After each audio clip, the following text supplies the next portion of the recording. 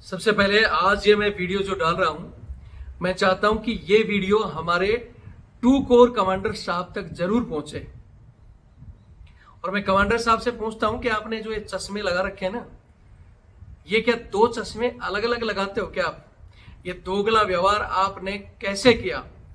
एक तरफ एक मेजर साहब की वाइफ ने आपको एक सीओ के खिलाफ कंप्लेंट दी कि ये सीओ हमारे साथ ये गलत काम कर रहा है, लेकिन आपने उसे सिर्फ ये कहकर दबा दिया कि यहां बदनामी हो जाएगी, फलाना ढिकड़ा, और वो सीओ आज भी कमांड कर रहा है। और एक तरफ एक हवलदार की कंप्लेंट आती है जो कि 22 साल जिसने अपनी सेना को दे दिया, और सेम उसकी एक फाइल आपके पास आती है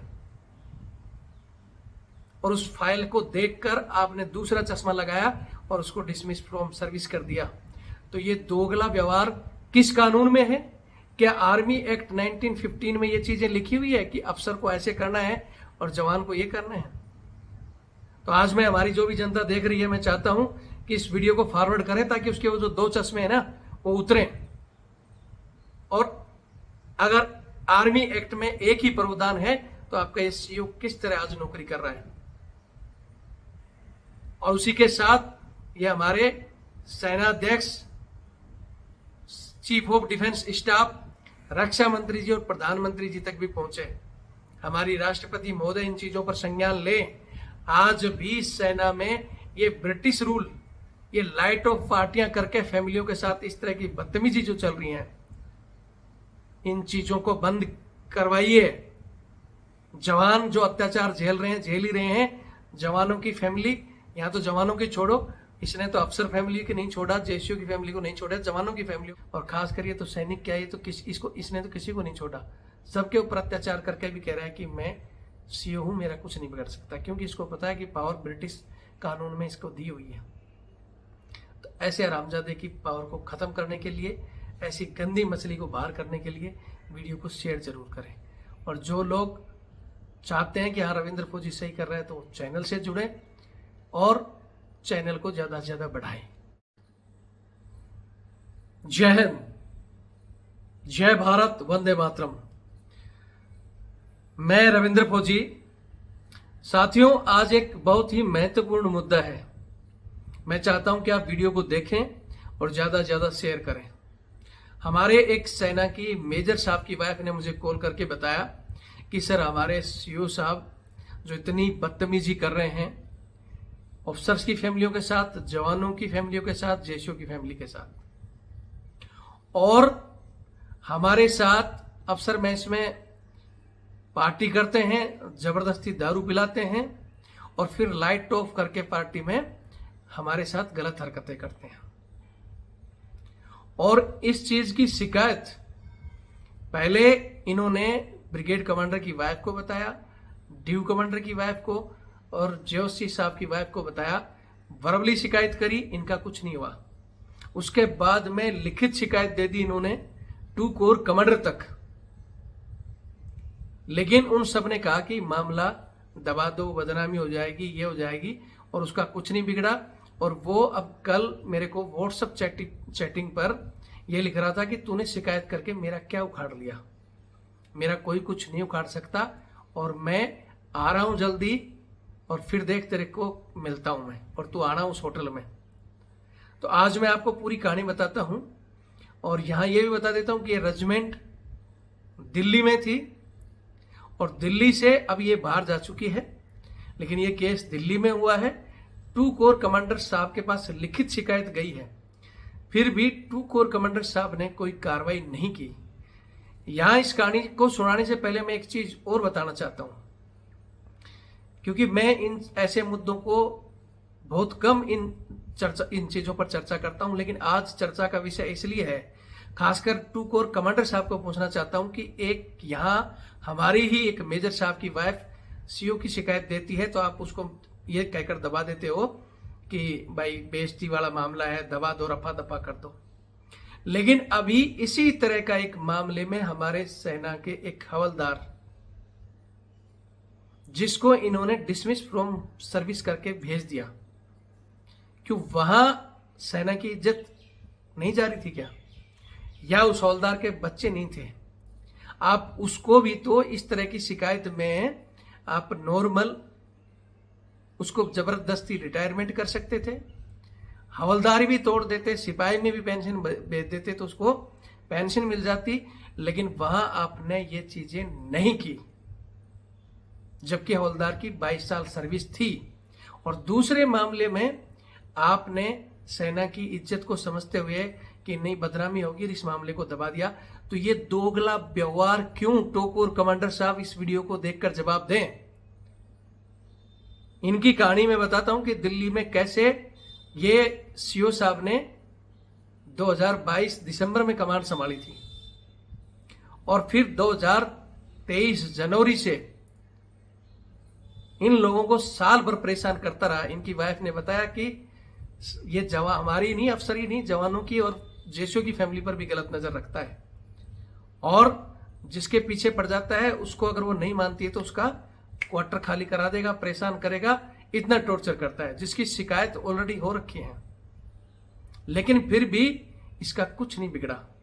तो ये जो हमारी हिंदुस्तानी सेना के अंदर आज भी ब्रिटिश रूल चल रहे हैं, ये कल्चर लाइट ऑफ वाला ना, ये ब्रिटिश का कल्चर था। लेकिन हमारी सेना में आज अफसर हमारे हैं, जवान हमारे हैं, कानून वही 1950 का आर्मी एक्ट ऐसे कैसे चल रहा है। हालांकि उससे पहले 1912 में जो अंग्रेजों ने बनाया था ना, क्योंकि अंग्रेज अफसर होते थे और जवान भारतीय होते थे, वही गुलामी आज भी चल रही है। लेकिन मैं कहना चाहता हूं कि अगर वो नियम एक है तो क्या आर्मी एक्ट में या हमारे संविधान में कोई ऐसा प्रावधान है कि अफसर गलती करे तो उसको कुछ नहीं करो, छोड़ दो ऐसे कैसे, और अगर जवान से गलती हो तो उसको आप डिसमिस फ्रॉम सर्विस कर दो? क्यों? आपको इस हवलदार की मैं छोटी सी चीज बता देता हूं कि ये पैरा के हवलदार जी, जब ये मामला हुआ था तो इनके सीओ से मैंने बात की थी, रावत साहब, पूरा नाम जरूरत पड़ेगी तो जरूर उनका भी लेंगे, जिनसे मैंने बात की तो उन्होंने कहा था, मैंने कहा था साहब आप तो पैरा के हो, क्या इस जवान की पेंशन तो कम से कम बचेगी? तो उन्होंने मेरे को वादा किया था कि नहीं, आपको पता है हम तो पैरा के हैं, स्पेशल फोर्स है, फलाना ढिकड़ा, इसने बहुत अच्छा काम किया है। और आपको बता दूं हवलदार सेना मेडल है, नंबर 1 स्नाइपर का शूटर है, कितने ही मिलिटेंट अपने हाथों से उन्होंने किल किए हैं, सेना मेडल मिला हुआ है। और आगे आपको यह भी बताऊंगा कि सिर्फ अफसर की छोटी सी बहस के कारण इसको फंसाया गया है। लेकिन मैं उस सीओ के भरोसे, और इसके भाई ने और इन्होंने मेरे को बोला कि सर ये मेरी पेंशन बचा देंगे, तो सिर्फ मुझे पेंशन चाहिए, पक्की पकाई सर्विस है और कुछ नहीं चाहिए। मैं चुप रहा। लेकिन इन लोगों ने अपनी गद्दारी और बेईमानी दिखाकर और इसी 2 कोर कमांडर ने उस फाइल पर साइन कर दिए कि जीसीएम पर कोर्ट मार्शल करके इसको डिसमिस फ्रॉम सर्विस कर दो। इन्होंने शोकेस नोटिस का जवाब भी दिया, भाई मेरे भी छोटे छोटे बच्चे हैं, मुझे भी मौका दिया जाए, आप पहले मुझे सर्विस मत करने दो, कम से कम मेरी पेंशन तो दे दो। तो वहां 2 कोर कमांडर साहब कौन सा चश्मा लगाकर बैठे थे, और आज एक मेजर साहब की वाइफ शिकायत करती है तो आपकी पूरी लॉबी, नहीं बदनामी हो जाएगी, रहने दो, मामले को दबा दो। वहां भी तो दबा सकते थे। अभी हालांकि उस जवान को हम कोर्ट में भी ले जाएंगे, एक बार और इनसे अपील करेंगे तो वो चश्मा अगर 2 कोर कमांडर साहब अगर उतार दे भविष्य में, अभी मैं उनका नाम नूम सारी कहानी भी ले दूंगा, वो तो सबको पता चल गया, मैंने ओपन नाम ले दिया है। तो साहब वो कौन सा चश्मा है, कौन सा आर्मी एक्ट में जहां आपने ये दोगला व्यवहार किया? आपको छोटा सा पहले ये मेजर साहब की वाइफ की कहानी बताने से पहले कि क्या क्या सीओ करता था, कैसे करता था, वो भी बताऊंगा। लेकिन पहले हवलदार की छोटी सी कहानी, और मेरा मेन मकसद ही इस कहानी को आज बताने का है कि इन लोगों के दोगले व्यवहार आप तक पहुंचे। मेरी किसी अफसर से, जवान से, जेसीओ से किसी से दुश्मनी नहीं है, लेकिन जहां गलत होता है वहां हम इस चैनल के जरिए बोलते हैं। और हम जवानों को कहना चाहते हूं कि आप वीडियो देखकर सिर्फ कमेंट्स कर देते हो फलाना ढिकड़ा, तो भैया वीडियो को कुछ नहीं शेयर इतना कर दो ताकि कोर कमांडर का वो चश्मा उतर जाए, और अपील करें तो इस जवान को पेंशन मिल जाए। नहीं तो पेंशन तो देगा, लेकिन वही बात है, पहले एएफटी में जाओ, जहां वहां पहले ही एक रिटायर्ड अधिकारी और रिटायर्ड जज बैठे रहते हैं, और चोंच मिलकर लगभग फैसला ही नहीं मिलता, और मिलता भी है तो इतने साल बीत जाते हैं। फिर हाई कोर्ट सुप्रीम कोर्ट जाओ, इतने जवान आर्थिक स्थिति से तंगी आकर टूट जाता है, और ये इसीलिए ऐसी सजा देते हैं कि जवान वहां तक पहुंच ही ना पाए। तो अगर आज आप ये वीडियो शेयर करते हो तो हो सकता है ये 2 कोर कमांडर साहब का चश्मा उतर जाए और वो अपील में उस जवान को पेंशन दे दें। और अगर नहीं देते हैं तो कमांडर साहब ये कहानी बाय नेम उनके पूरे वीडियो के साथ डालेंगे और आपको इस कहानी के जरिए भी कोर्ट में घसीटेंगे। आपने कुर्सी पर बैठकर जो नाइंसाफी की है, एक तरफ आपने अपने अफसर को बचाया और एक तरफ 22 साल सेना को देने वाले एक फाइटर जवान को आपने चुटकियों में बगैर किसी, जैसे मैं थोड़ा सा इसकी कहानी बता देता हूं आपको कि ये जवान बढ़िया नौकरी, फाइटर आदमी, सब कुछ था, कोई इसकी दिक्कत नहीं थी। हाँ, इसका ये हो गया कि जे इनकी ड्यूटी आपको पता ही है, पैरा की थोड़ी सी बाहर घूमने की, इधर उधर जो इनके मिशन चलते हैं, साइलेंट मिशन होते हैं जहां पता नहीं था पैरा का बंदा कब कहां क्या कर रहा है। तो ऐसे ही मिशन में इसकी एक लेडीज से दोस्ती हो जाती है, उनका नंबर ले लेता है, और वही बात है, नंबर लेते गए, थोड़ा बातें चीते गई। तो भैया यहाँ मैं पहले कहता हूँ मैं अपने जवानों को बार बार कि भैया ये बोलते हैं ना कि वो विश्वामित्र ऋषि दुर्वासा की हजारों साल की तपस्या लेडीजों ने भंग कर दी, तो तुम चीज ही क्या हो। लेकिन वही बात है, इनकी दोस्ती हो गई, और दोस्ती इतने तक बढ़ गई कि इनके रिलेशनशिप भी हो गए। हवलदार जी शादीशुदा थे, ये उसको पता भी था, लेकिन फिर भी रिलेशनशिप चल रहा था। लेकिन इस रिलेशनशिप में इनके एक मेजर साहब और इनके एक लेफ्टिनेंट कर्नल साहब, जो कभी किसी एक नाइट में मिशन के द्वारा जहां आतंकवादियों का इनका आमना सामना होता है, जहां फर्स्ट गाइड वो चल रहा था हवलदार, उन्होंने मिलिटेंट को किल किया, और जब मिलिटेंटों ने उधर से फायर किया तो वहां उनका एक लेफ्टिनेंट कर्नल साहब जो छुप गया था, और बाकी जवानों ने भी देख लिया कि वो अकेला फायर कर रहा है, फिर बाकी जवान भी कर रहे थे, और वो साहब नीचे कहीं आड़ लेकर छुप गया। जब ऑपरेशन खत्म हो गया उसके बाद तो वो बाहर आया। और भी कुछ था, वो मैं आज इस वीडियो में नहीं बता रहा हूँ, भविष्य में वो भी बताऊंगा। लेकिन सब जवानों ने चर्चा की, क्योंकि इनको सेना मेडल मिला और उस छुपने वाले को उससे भी बड़ा चक्कर मिला। हालांकि बात चली तो इसने हवलदार ने कहीं कह दिया, और वो बात घूम फिर के उसके कानों में पहुंच गई, तो वो बोला कि तूने ऐसे ऐसे मेरी बेइज्जती करी, मैं तेरे को देख लूंगा। वहां से उस आदमी के दिमाग में था कि इसको कैसे फंसाना है। और इसी तरह कोई एक मेजर साहब थे, जो जब उसमें आए थे इनकी टीम में, तो ये इंस्ट्रक्टर भी थे, ये उसका टेस्ट ले रहे थे और उसको रगड़ा पट्टी दे रहे थे। तब कहा था कि भाई ये आदमी यहाँ रहने लायक नहीं है इस टीम में, क्योंकि वो जो फिजिकल टेस्ट होते हैं, वो चीजें होती हैं, वो ठीक से कर नहीं पा रहा था। लेकिन किसी सिफारिश के कारण इसने मना करने के बाद में भी वो टीम में शामिल हो गया। तब इसने फिर कहा था कि साहब झेल नहीं पाओगे, आप हमारे साथ चल नहीं पाओगे, लेकिन फिर भी चलो आ गए, तो इस चीजों को थोड़ा सा बढ़ाओ और इन चीजों को आप इम्प्रूव करो। तो उस इम्प्रूव के कारण इसने उसको थोड़ा सा रगड़ा पट्टी दिया, तो वो चिढ़ गया और कि मैं मेरे को वापस भेज रहा था, मेरे को रगड़ा दिया। तो ये दोनों खुंदक निकालने के लिए इन्होंने अपने कुछ गुर्गे, हालांकि बोलते हैं ना हमारे कुछ गुर्गे होते हैं, वो गुर्गे इनके पीछे लगा रखे थे, और उन गुर्गों के लिए अलावा ये बंदा कहीं बाहर मिशन पे चला गया था, और उन गुर्गों को घूमते घूमते कहीं वो लेडीज टकरा गई। तो उसने पूछ लिया कि बहुत दिन से वो आप उसको जानते हो क्या? बोले हाँ।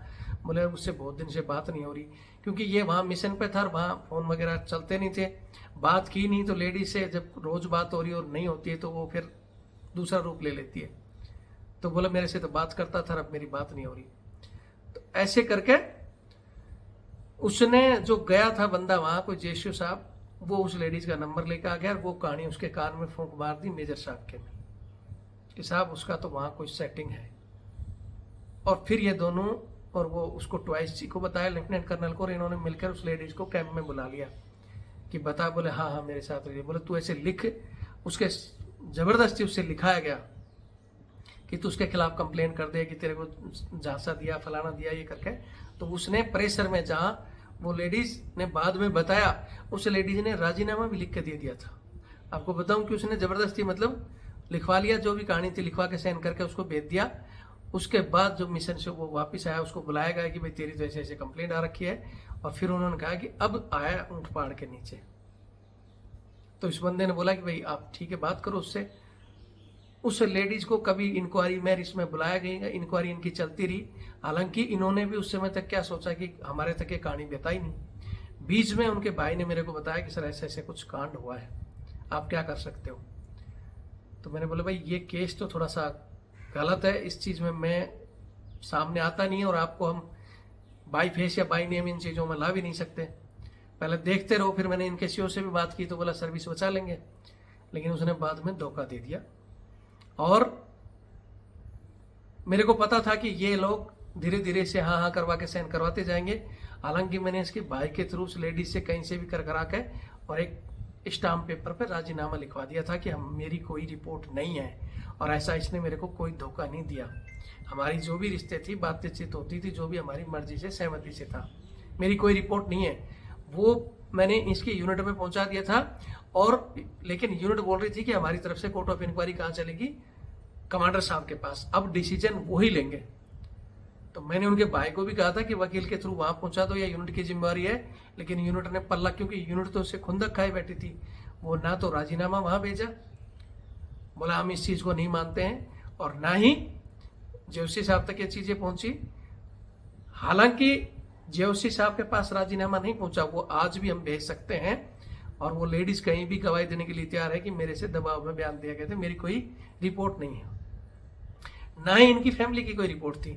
लेकिन 2 कोर कमांडर साहब ने ऐसे मामले में जब सब चीजें पता थी कि ये चीजें हो रही हैं, तब भी आंख बंद करके उस फाइल पे साइन कर दिए बिना देखे ही कि डिसमिस फ्रॉम सर्विस करो। 22 साल की सर्विस को चुटकियों में फूंक दिया, जहां की कोई रिपोर्ट नहीं, कोई कोर्ट केस नहीं, कोई पुलिस केस नहीं।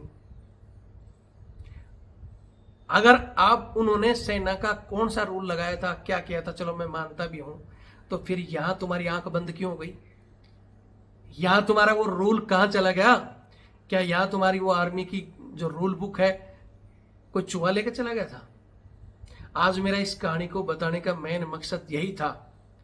आगे मैं आपको उस सीओ साहब की भी कहानी बता देता हूं कि दिल्ली में उसने कमांड संभाली थी और 1 साल तक इन महिलाओं को परेशान करता था।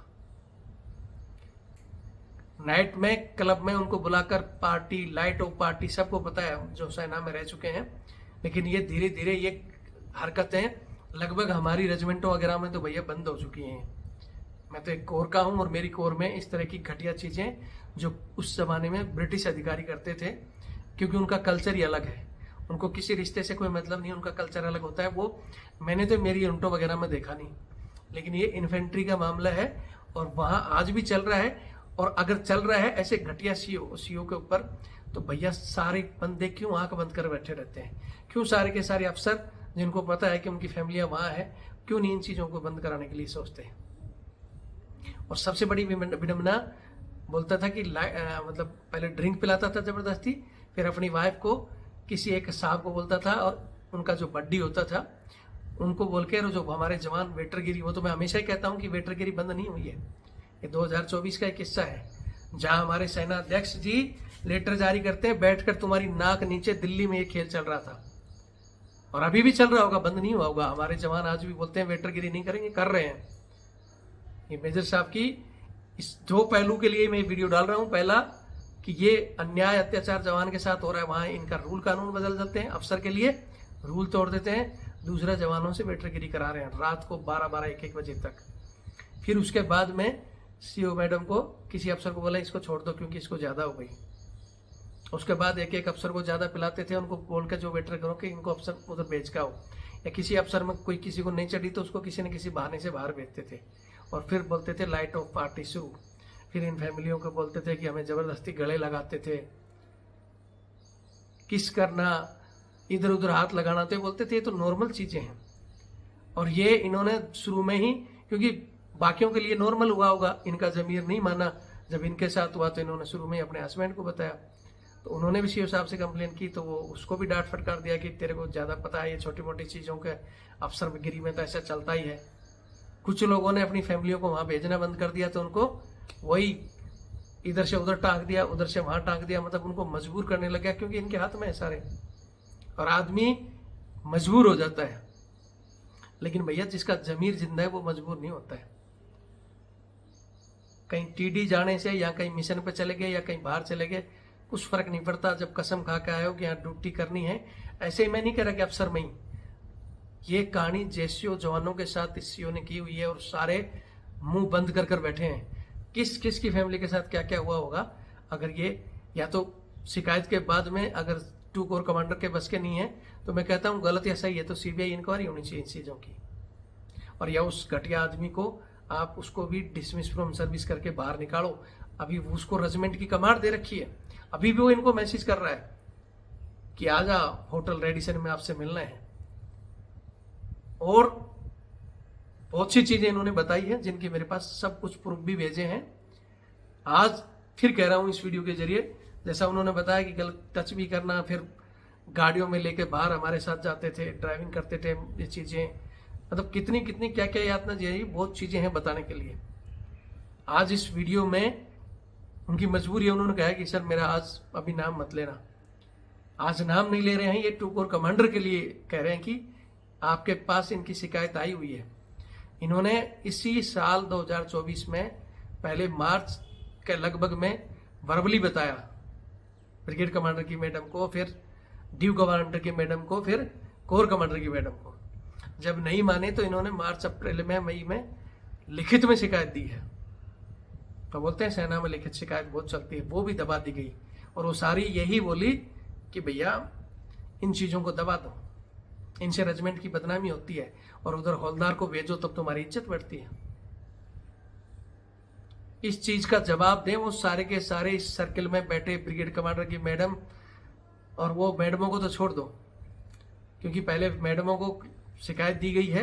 हालांकि मैडम चाहती तो कुछ भी करवा सकती थी, मैडमों के हाथ में वैसे पावर नहीं है। जैसे हिंदुस्तान में साइन तो राष्ट्रपति जी करते हैं लेकिन सत्ता प्रधानमंत्री के हाथ में है, उसी तरह इनके मैडमों के हाथ में बहुत पावर है। तभी तो मैडम के हुक्म पर यह जिस जवान को बोले कि ये जवान से आएगा वही आएगा। जैसे एक दिया था ना, मैंने बताया था, एक हवलदार बेचारा तंग आकर दुनिया ही छोड़ गया था, बोलते थे मेरे को हवलदार ही चाहिए। एक हवलदार सहायक जाता था, वो बेचारा चला गया तो एक हवलदार जिस प्रमोशन जोन में था उसका नाम ले दिया कि इसको भेजो। और फिर हवलदार ने मेरे को फोन किया कि साहब मैं तो चला गया तो मेरे तो बहुत मुश्किल हो जाएगी, नहीं जाऊंगा तो मेरा रैंक जाएगा, मतलब इस स्थिति में हूँ और ऐसे मैं कुछ करूंगा। फिर मैंने उसके एसएम को और सीओ को फोन किया, क्यों भाई वो इतनी बड़ी है, एक हवलदार पहले ही कर गया, फिर हवलदार भेज रहे हो, जब नहीं जाना चाहता तो क्यों भेज रहे हो जबरदस्ती। फिर तुरंत उन्होंने हाँ ठीक है नहीं भेजेंगे इसको, तब उसको रोका। तो मैडमों की पावर बहुत है, वो चाहती तब भी करती। चलो छोड़ो मैडमों की पावर तो थी या नहीं थी, लेकिन जब ब्रिगेड कमांडर साहब, जो ड्यू कमांडर साहब और 2 कोर कमांडर साहब के पास लिखित शिकायत गई तो उनका वो आर्मी एक्ट या वो चश्मा कहाँ उतर कर रख गया जिस चश्मे से उन्होंने जवान को डिसमिस फ्रॉम सर्विस किया, इसको क्यों नहीं किया। आज मैं हमारे जवानों को कहना चाहता हूं कि ऐसे बहुत अन्याय अत्याचार हो रहे हैं और ऐसी बहुत सी कहानियां हैं हमारे पास आती हैं। कई बार तो हमारे एक तो समय की वजह से, और कुछ उसमें अगर छोटी मोटी भी लड़ाई अगर लड़ना है तो हकीकत पर चलोगे। ये नहीं देखना कि मैंने झूठ से लड़ना, सच पर लड़ोगे, आपकी हमेशा जीत होगी, कोई भी आपको हरा नहीं सकता। और अगर आपने छुपकर इस तरह अपनी फैमिलियों को भी सौंपना शुरू कर दिया ना तो फिर वो आदमी लड़ाई लड़ने के योग्य नहीं है। मैं फिर कह रहा हूं, मेजर साहब की वाइफ ने जब कहीं न्याय नहीं मिला तो उन्होंने मुझे कहा कि भैया अब आपकी इस बहन की इज्जत आपके हाथ में है, उस सीओ का कुछ नहीं हुआ तो फिर मैं मजबूर हुआ कि मैं क्या करूंगी, मेरे को पता नहीं। तो आज मेरे को नहीं, इन 8 लाख लोगों को उसने भाई समझकर ये वीडियो शेयर किया है। बाकी उनके प्रूफ हैं, सब कुछ हैं, वो भी जल्दी ही मैं कमांडर साहब तक भेज दूंगा। बाकी तो मेरी कहानी ही दिल्ली हेडक्वार्टर में जब तुम चलाते हो ना बड़े पर्दे पर, तो आप सबको, उन लोगों को तो तुरंत ही पता चल जाएगी कि ये यूनिट 2023 का ये कांड है, अभी यूनिट ये यहाँ से अभी बाहर गई है, इन्फेंट्री की यूनिट है। और शिकायत अगर मेजर साहब की गई होगी तो ये तो नहीं कि हजारों आती है, 1-2 ही आती है। जवानों की तो तुम कह भी दोगे कि नाम नहीं बताया। और मैं फिर कह रहा हूं कि अगर इस वीडियो के बाद में, अभी वो श्रीमान जी कमांड कर रहा है, अगर इस वीडियो के बाद में ओनली फॉर 7 दिन के अंदर उसकी इंक्वायरी शुरू नहीं है और उस पर कार्रवाई नहीं होती है तो फिर उसकी ऑडियो और सारे सबूत फिर मैं पब्लिक में डालूंगा। फिर मत कहना कि हमारी सेना की बदनामी होती है। सेना की बदनामी तो वहां नहीं होती थी कि जब तुम जवानों से कुत्ते घुमा रहे थे। हालांकि वीडियो के बाद में जो ड्रेस में घुमाते थे तुमने सिविल ड्रेस में कर दिए, जो गाड़ियां तुम्हारे कुत्तों के लिए बच्चों के लिए घूम रही थी उनको भी तुमने धीरे धीरे वो कर दिया। लेकिन ये किससे कब बंद होंगे? ये जवानों से वेटरगिरी, ये बूट पॉलिश। अरे भाई साहब, आपसे हाथ जोड़कर रिक्वेस्ट करता हूँ, क्योंकि मेरी भी 3 पीढ़ियां इस सेना का नमक खा रही, हम भी नहीं चाहते कि बदनामी हो इस तरह। और मैं फिर कहता हूँ कि सेना, आर्मी, एयरफोर्स या पैरामिलिट्री फोर्स कोई डिपार्टमेंट खराब नहीं होता। डिपार्टमेंट में इस तरह की कुछ गंदी मछलियां होती हैं, वो डिपार्टमेंट को बदनाम करती हैं। वो लोग जो इन डिपार्टमेंट में आज भी सैनिक, जिसको आज अच्छी सैलरी, अच्छा सब कुछ मिल रहा है, उसके बावजूद उससे वो वोट पॉलिसी करवाना चाहते हैं, वो ट्रे ही घुमाना चाहते हैं, वो कुत्ते ही घुमाना चाहते हैं, जबरदस्ती उनको बोलते हैं कि तुम ही आओगे, और फिर नहीं आओ तो सजा देना। तो ऐसे हमारे ये कहानी कमांडर साहब के साथ साथ हमारे देश के रक्षा मंत्री, प्रधानमंत्री जी तक जानी चाहिए, और हमारे सर्वोच्च न्यायालय। आप तो बहुत जल्दी संज्ञान लेते हो, इन चीजों पर कब संज्ञान लोगे कि आज इन लोगों को जो अननेसेसरी पावर दी हुई है, जो सुप्रीम कोर्ट के जज के पास भी नहीं है, वो पावर इनको दे रखी है कि ये किसी आदमी को अगर एक बार बोल देना कि नहीं बात मान रहा तो इसको 10 नंबर भर के पागल घोषित कर दो तो भेज दोगे वहां। और वहां डॉक्टर साहब एक बार तो ठीक है करेंगे, क्या हुआ, बंदा अपनी सच्चाई बोलेगा, एक बार तो उसको फिट कर देंगे, ठीक है यार ठीक है। लेकिन अगर वही श्रीमान दोबारा भर दे कि नहीं मैंने कहा यार इसका भरना ही पड़ेगा छोटी सी किसी चीज में, तो वो सीओ बोलते हैं अब हमारे, वो वहां डॉक्टर जो खुद कर्नल होगा, यहाँ तक कि जो एमएच का ब्रिगेड कमांडर होगा या वो मेजर जनरल भी होगा, वो भी बोलेगा अब सीओ ने लिख दिया तो अब हमारी पावर खत्म है, क्योंकि उसको पावर दी हुई है। तो ऐसी पावर को हिंदुस्तान में कब खत्म करोगे? कब हमारे इस हिंदुस्तान से ये ब्रिटिश कल्चर खत्म होंगे? वीडियो सही लगता है तो हाथ जोड़कर, चाहे मेरा सैनिक भाई हो, चाहे कोई सिविलियन भाई हो, या हमारे देश की जनता, अगर आपको लगता है कि सैनिकों के साथ इस तरह का अन्याय अत्याचार बंद हो, और खास करिए तो सैनिक क्या है, तो इसने तो किसी को नहीं छोड़ा, सबके ऊपर अत्याचार करके भी कह रहा है कि मैं सीओ हूं, मेरा कुछ नहीं बिगड़ सकता, क्योंकि इसको पता है कि पावर ब्रिटिश कानून में इसको दी हुई है। तो ऐसे हरामजादे की पावर को खत्म करने के लिए, ऐसी गंदी मछली को बाहर करने के लिए वीडियो को शेयर जरूर करें। और जो लोग चाहते हैं कि हाँ रविंद्र फौजी सही कर रहा है, तो चैनल से जुड़े और चैनल को ज्यादा से ज्यादा बढ़ाएं। आपके साथ कहीं भी कोई अन्याय अत्याचार हो रहा है तो आप, ये मेरा नंबर है 82 90 35 45 13, आप इस नंबर पर आपकी कोई कंप्लेंट होती है, कोई अन्याय अत्याचार होता है तो हमारे तक जरूर भेजो, ताकि हम इन लोगों को, बोलते ना जिसकी कोई नहीं सुनता उसका ऊपर वाला और जनता है। तो ये पब्लिक प्लेटफॉर्म हमने बनाया है, क्योंकि जब पब्लिक के जूते पड़ते हैं तो जो चश्मा है ना, नहीं अलग अलग जवान और अफसर के लिए लगा हुआ है, वो चश्मा एक हो सकता है जब जनता की आवाज उठेगी तो। और बाकी इस चैनल के सपोर्ट के लिए यही मेरा नंबर फोन पे और पेटीएम से जुड़ा हुआ है। अगर आपको लगता है भाई यहाँ रविंद्र फौजी सही कर रहा है, तो हम यही कहते हैं कि हम इन चीजों को बड़े पर्दे पर भी जैसे बना देते हैं ना, फिल्में बना देते हैं, या चैनल को पूरा बड़ा चैनल बना दिया। लेकिन उन लोगों के लिए आप सबको पता है कि भाई मैं भी एक साधारण सैनिक हूँ, मैं भी रिटायर आदमी हूँ, मेरी पेंशन, मैं अपनी, मेरी भी कुछ जिम्मेदारियां वहां चली जाती है। लेकिन आप सब लोगों से जो छोटा मोटा सहयोग आता है या चैनल से जो भी आता है, उसी के जरिए ये लड़ाई लड़ रहे हैं। लेकिन वो इतना ही है कि हम उससे बड़ी लड़ाई नहीं लड़ पा रहे हैं। अगर आप चाहते हो कि इन चीज़ों के लिए, अन्याय अत्याचार और ब्रिटिश सिस्टम को ख़त्म करने के लिए, तो भैया हम इसीलिए कहते हैं कि तन मन धन से आप महीने में 100 500 या 1000 रुपये जो जिस कैपेसिटी से दे सकता है, वो अगर हमारे तक पहुँचेगा तो भविष्य में हम इस लड़ाई को और भी बड़ा कर सकते हैं। बाकी फिर कहता हूँ, कुछ नहीं कर सकते तो वीडियो शेयर कर दो, चैनल से जुड़ो। ताकत बढ़ रही है धीरे धीरे, और ये ताकत एक दिन इतनी बढ़ेगी कि जैसे अंग्रेज गए ना, सबको लगता था कि 300 साल अंग्रेजों ने राज किया था, बोलते थे इतना उनके राज में सूरज नहीं डूबता था। ये थोड़ी था कि सूरज नहीं डूबता था, लेकिन उनका राज इंग्लैंड से लगाकर भारत कन्याकुमारी तक हो गया था, जहाँ वहाँ सूरज छिपता था तो यहाँ हो जाता था। 300 साल तक जो बोला उसी को गोली मार दी, किसी को कुछ कर दिया, लेकिन उनको भी जाना पड़ा जब जनता जगी। हालांकि 1857 में ही क्रांति आ गई थी, देश उसी समय आज़ाद होता तो आज भारत सबसे बड़ी सुपर पावर होता। लेकिन हम उस समय 100 साल पीछे चले गए। आज भी भारत तरक्की की राह पर है, लेकिन जवान और आम आदमी आज भी उन नियमों के कारण गुलामी झेल रहा है। अगर हमारा आज साथ देते हो तो गुलामी से आज़ादी हमारे रहते रहते मिलेगी, नहीं तो फिर कोई और रविंद्र फौजी पैदा होगा, कोई और भगत सिंह पैदा होगा जो इनको हिलाने के लिए बड़े कारनामे करेगा। वीडियो देखें और शेयर करें। जय हिंद, जय भारत, वंदे मातरम।